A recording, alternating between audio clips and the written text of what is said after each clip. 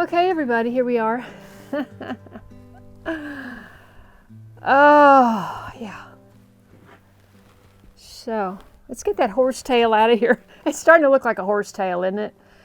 And you know how some people that have horses, you know, their tails are always brushed and they're always beautiful? Okay.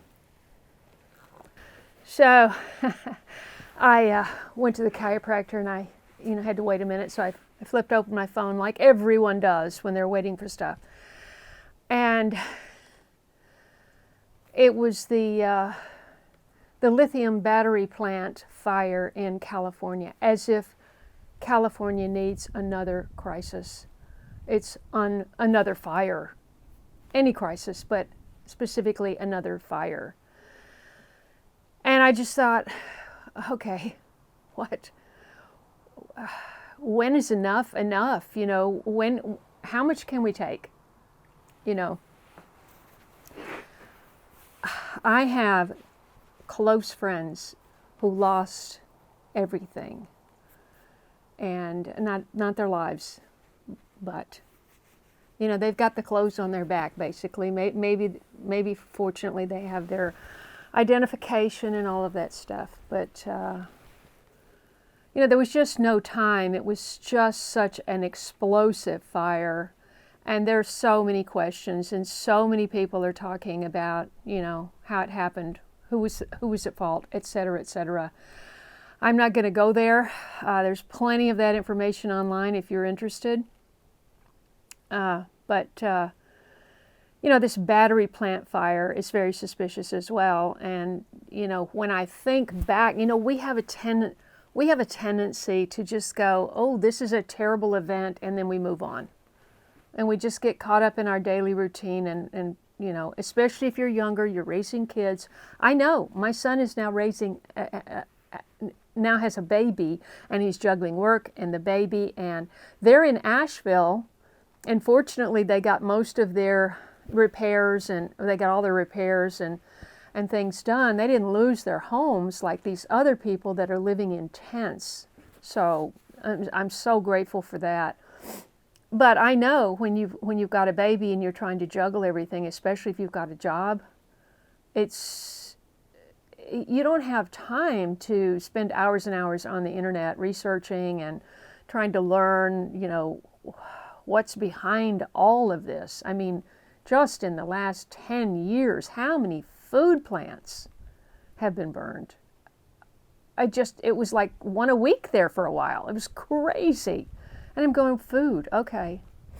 So if the food can't be attacked by burning the plants down, then they can be attacked by the virus that's affecting the chickens now. And in North Carolina, which is a huge producer of chicken. I mean, don't get me started on chicken. First of all,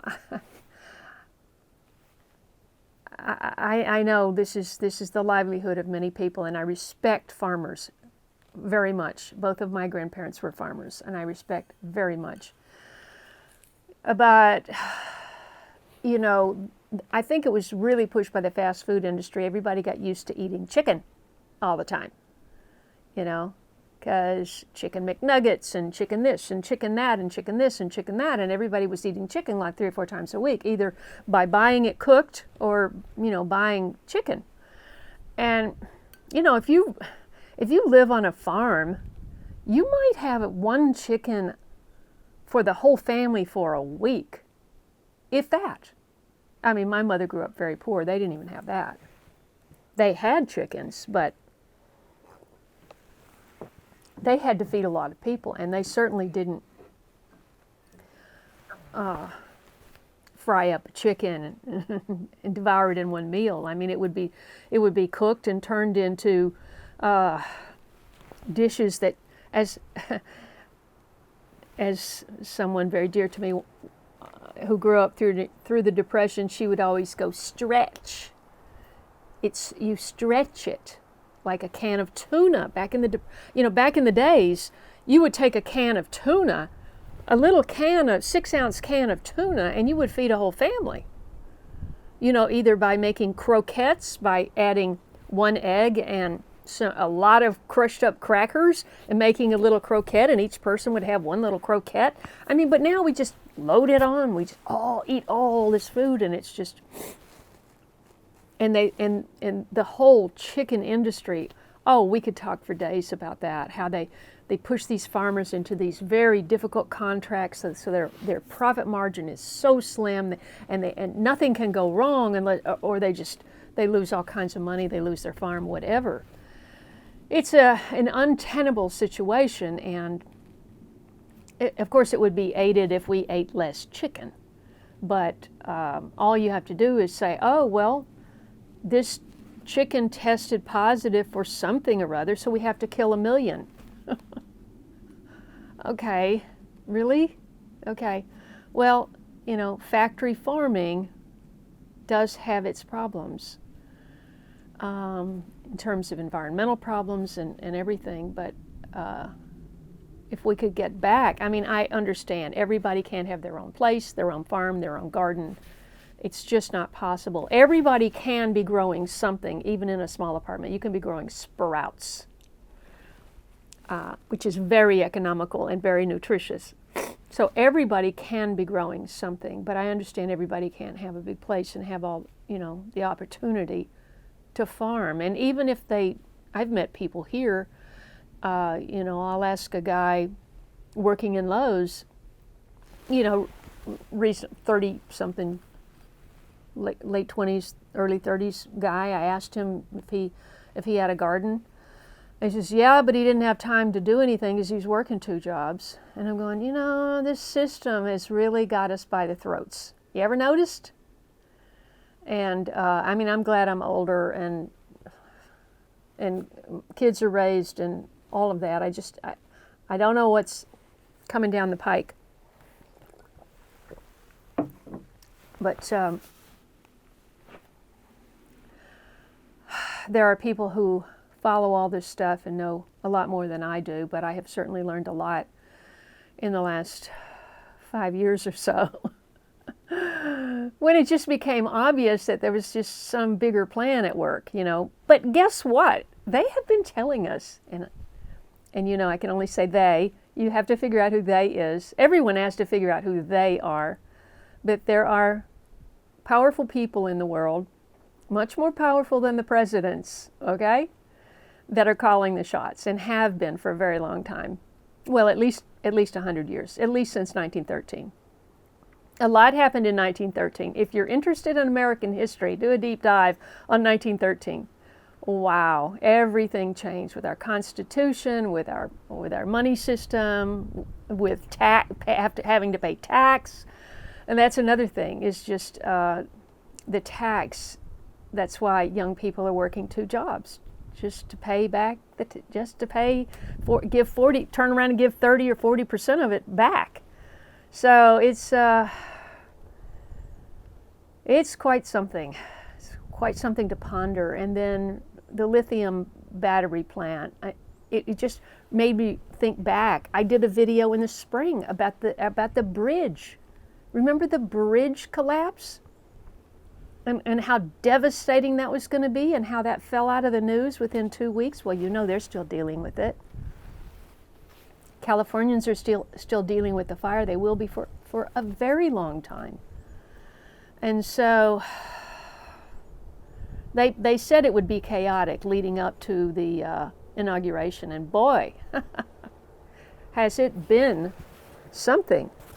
So anyway, I wish I had good advice. The only thing that I can say is that the same thing I always say, which is we have to be discerning and we have to take care of ourselves, because our government is not going to take care of us. We have to take care of ourselves. And one way I'm going to do that, and we didn't even talk about New Year's resolutions. I haven't gotten around to that. It's already, I don't even know what today is. 17th? Good grief. And I was going to talk about New Year's resolutions on the 1st.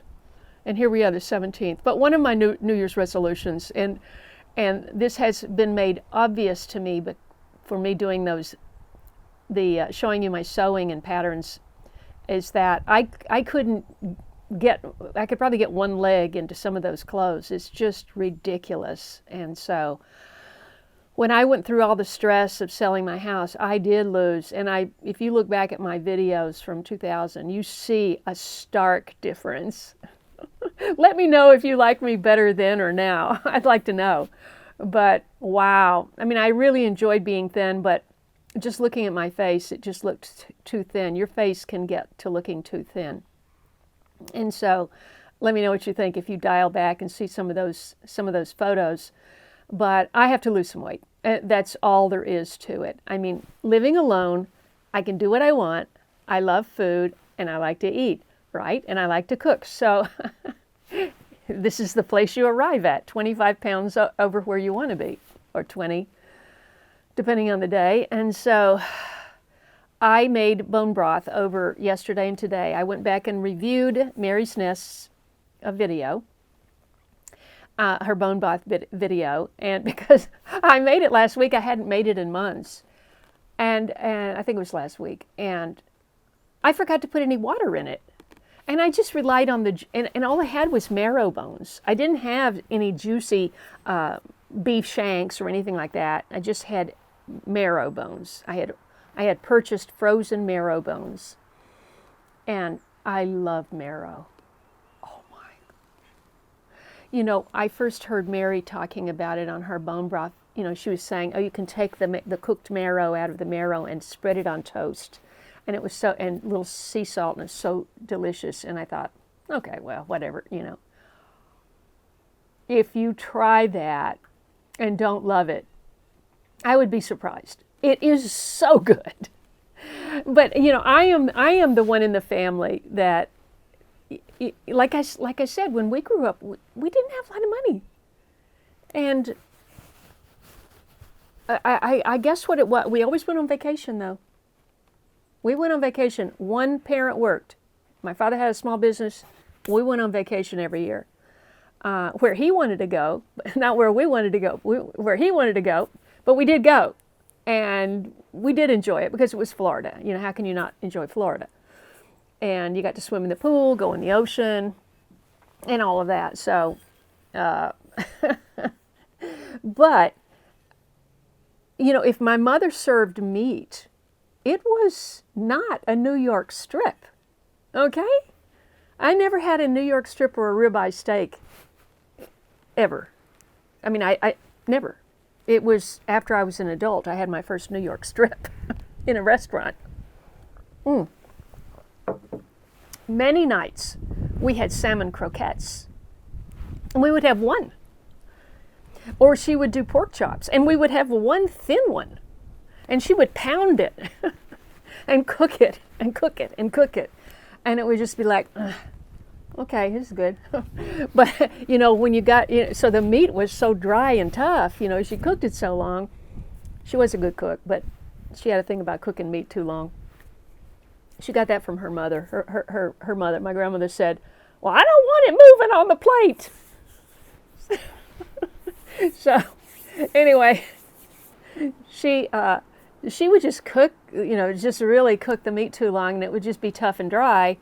But it was thin, so you know you could get it down. But then when you got to that fat around the rim, ooh, that was juicy and moist, and oh, you know, and I would just. I would be the one to just clean off every single morsel. I know that the vegans watching this are going to hate this, but I'm a carnivore. I am. I don't know if it's blood type. I don't know what they used. That was a popular thing 20 years ago. You know, your blood type determines whether you're a carnivore or not. I don't know, but I just would. It would be like I'd be like a dog with a bone. You know, there wouldn't be a microgram of tissue left. And so it's a natural that I would love marrow bones. Growing up, we never had a big bone like that. You know, we just had pork chops. and if we had steak, it was called cube steak. Remember that? And she would like pound those things really thin. And then she would cook them in this wonderful, it was called Swedish steak, I think, or Swedish, I think she called it Swedish steak. But it was like this red tangy sauce that she would cook it in. It was really good. But the meat itself would always be really cooked. And I honestly don't know if my mother ever had a perfectly cooked steak in her life. I'd be surprised, really. Anyway, boy, have I gotten off track. We started out with a lithium plant fire, and now I'm talking about cleaning a pork chop bone. Well, I do have one more story about the pork chop bone, okay?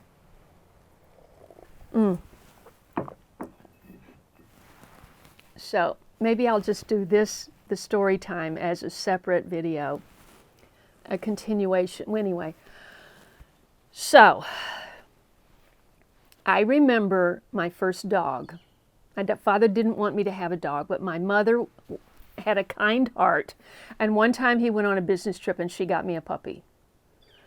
And I'm trying to think which puppy that was. A succession of 3. The first one, oh, that was tragic. A tragic story.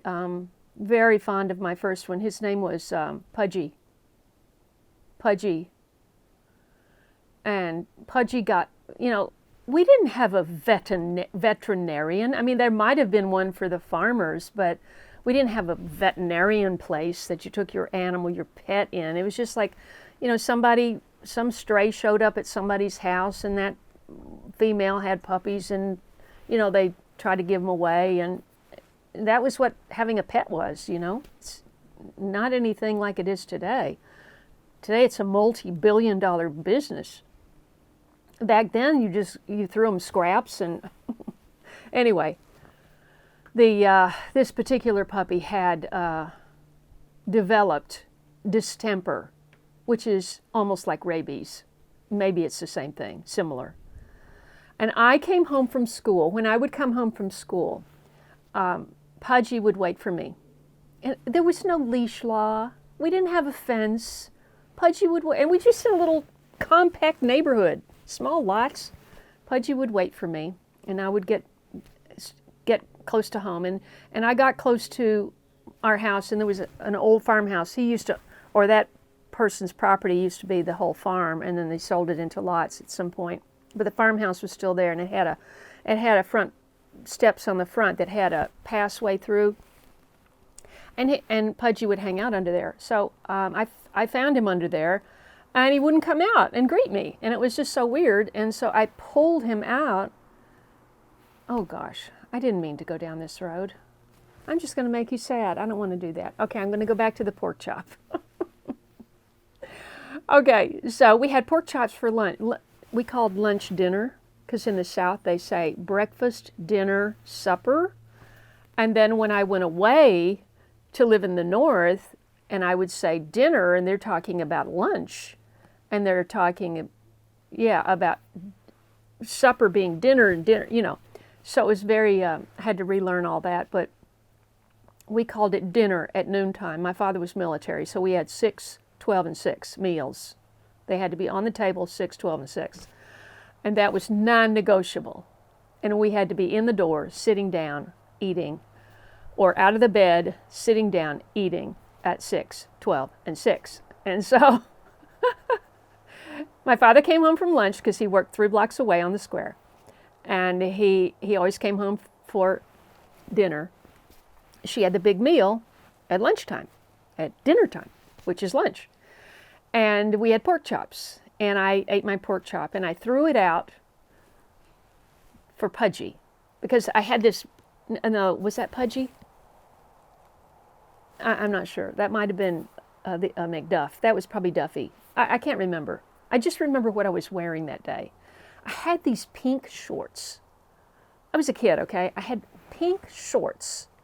Remember the shorts that used to have a little tie on each side to make the leg tighter? It had a little double metal ring, and you fed the strap through there, and you could cinch it like a belt on the sides. And they were like light pink and kind of shiny. I don't know why I remember that. But I threw the pork chop bone out for the dog because he was so good. They always say, don't ever give a pork chop bone to a dog. It could stick in his throat. But he was so good. He was so good. that it never, he could work around it, and he never got choked. And so dinner was finished, and my father gets in the car to drive back to work, and that pork chop bone was laying in the driveway. Yeah. Well, guess what happened? Those were not run flat tires like we have now, where you can get a puncture and you can still go a little ways. You had a puncture back then. It was a tube inside the tire, and it went through, and it went like that. So he backed out of the driveway, hit the pork chop, the point of that pork chop, because my dog had done a very good job of sharpening that point. That went through the tire immediately. Before he got fully reversed into the street, the tire was flat. And he rolled back in the driveway, realizing what had happened, and there was some punishment for me. And so I know they don't do that anymore, and they're not supposed to do that anymore, but I think I turned out okay, and I'm grateful for my parents, and I'm grateful for the discipline. So,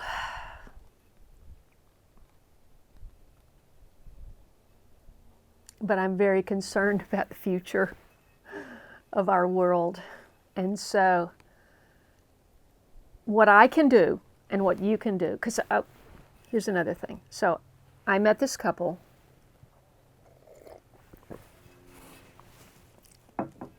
and they're in their 80s. And we were having a conversation, and, you know, chances are if people are in their 80s, they probably haven't really gotten into the computer that much. I mean, my mother was an exception. She got onto the computer in her 80s, and she had a Facebook page in her 80s, but I think that's the exception. But so most people over a certain age are still getting all of their news from the television. And so, you know, we had a little conversation, and I actually mentioned something about 1913, but, you know, just in passing, and about the Federal Reserve,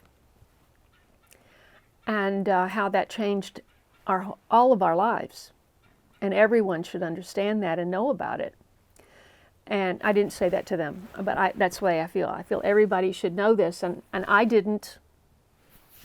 I confess I was ignorant of all of this. I was ignorant, but I'm trying to educate myself. And so mentioned something about the Federal Reserve and the income tax and all of that starting up, you know, in 1913. And she said, well, we just, you know, I don't worry about anything I don't worry about things I can't do anything about. And, you know, I mean, certainly I understand that. So what can we do something about? What we can do is we can protect our own health, mental and physical health, as much as we can, right? So I'm circling back. There is a purpose to all this. And so I am going to be making an effort to do bone broth, make bone broth, and to consume it in place of a meal, and cut back on the carbs, and see if I can't drop some pounds, because what is the point of having all these fabulous clothes if you can't get them on?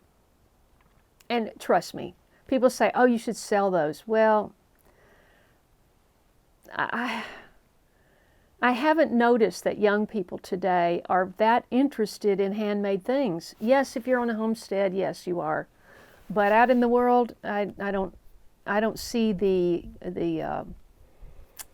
masses being that interested in handcrafts and all the old ways. Fortunately, you know, we have a big movement in that direction. A lot of people are wanting to learn it and wanting to get into it and do it. And That's fantastic. I just hope it's not too late. You know, we just have to get more control over our lives, and I'm not sure how that's going to happen, but leave me your thoughts. This is just what I think. Leave me your thoughts below on what you think. And we may be doing this with a live chat, and you may have already expressed yourself, and that's wonderful. But it's just so interesting in life, just like this pot that I mentioned. Now oh gosh, it's so heavy, this heavy clay pot. And it'd be interesting if I could revive that cactus, but I think it's probably a fossil, not fossil, what do you call it? Petrified by now. But I went to great lengths, and this is against the rules, okay? So I am not recommending you do this. If you go to the legendary cactus garden in adjacent to Stanford, it's on Stanford campus.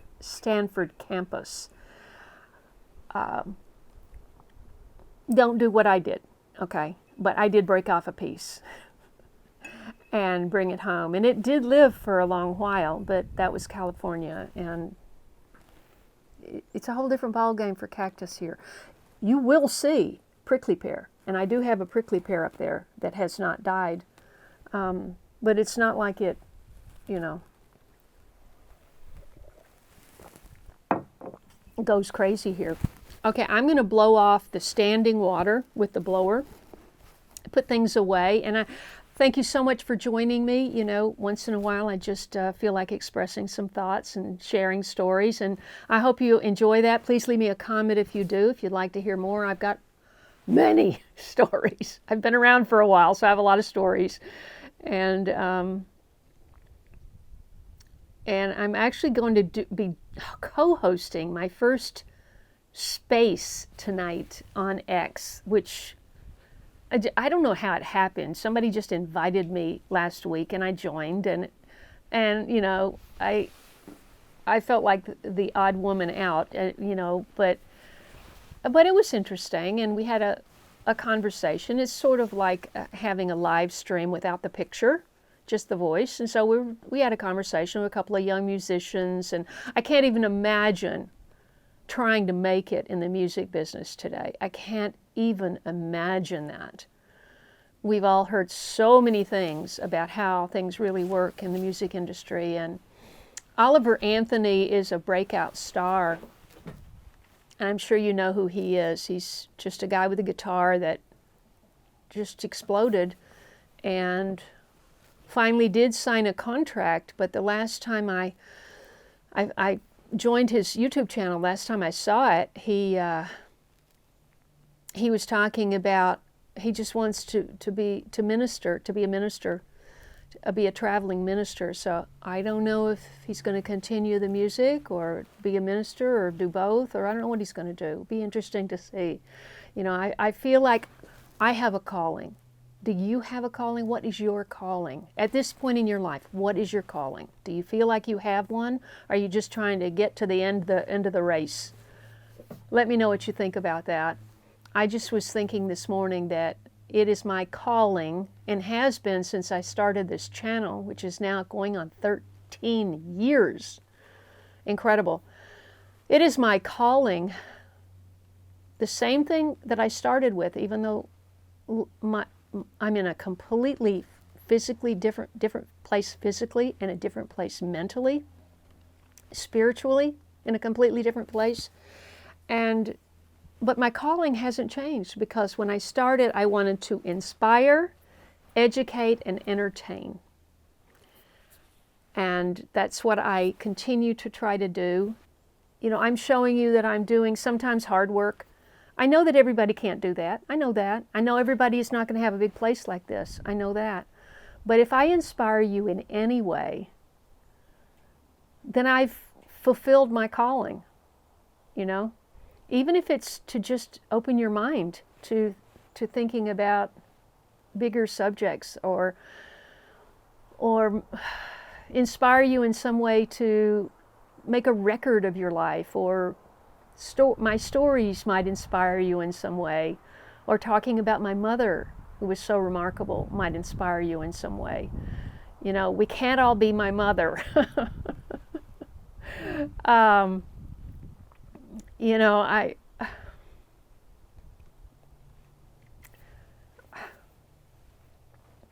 still can't talk about my mother, but